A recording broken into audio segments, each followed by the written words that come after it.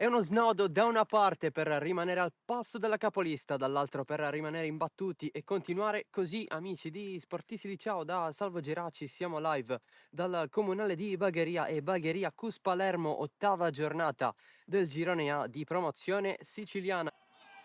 La battuta in mezzo da parte di Lucera, il cross in mezzo, secondo palo, il palo colpito proprio da Perricone.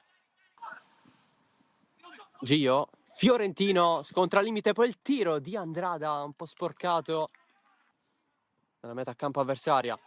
Gio si accentra, cross col mancino, secondo palo, non ci arriva Perricone. Parte Lucera, sfiora il palo. Solito giro in difesa per i nerazzurri. Gio, il velo da parte di Caracappa che poi si inserisce, calcia fuori. Mustacciolo a guardare dentro l'area, a chiamare lo schema. Parte con il destro, colpo di testa cercato da Garofalo, pallone che va fuori lentamente. Mustacciolo era impegnato a dare indicazioni a Mormino per l'eventuale ripartenza. Lucera sopra la traversa. Cos Palermo che gira il pallone in questo inizio di ripresa nella speranza di costruire qualcosa, affidandosi a questo cross, doppio rimpallo con Bartoloni che ha spazzato su Andrada. Al centro della barriera c'è Ibrahima Traoré che è altissimo. Parte Lucera a giro, sfiora il palo, decisivo il tocco di Mortillaro. Infatti la battuta è affidata a Caracappa. Pallone in mezzo, Perricone! Di testa, il solito inserimento di Aldo Perricone e il Bagheria va in vantaggio, 1-0. Perricone, nessun fallo sul nuovo entrato Andolina.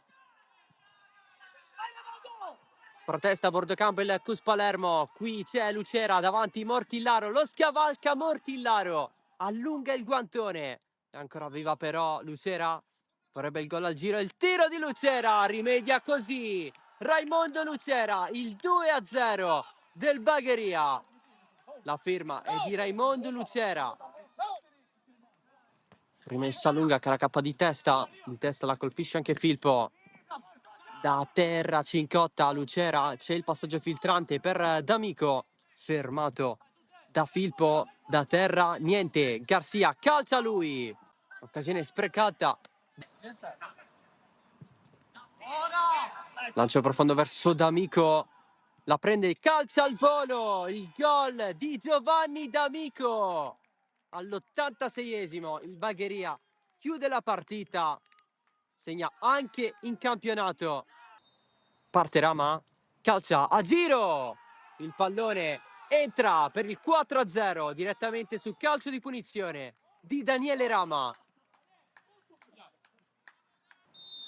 Secondo stagionale per Rama, il primo in campionato, triplice fischio ufficiale, il 4-0 del Bagheria sul Cus Palermo.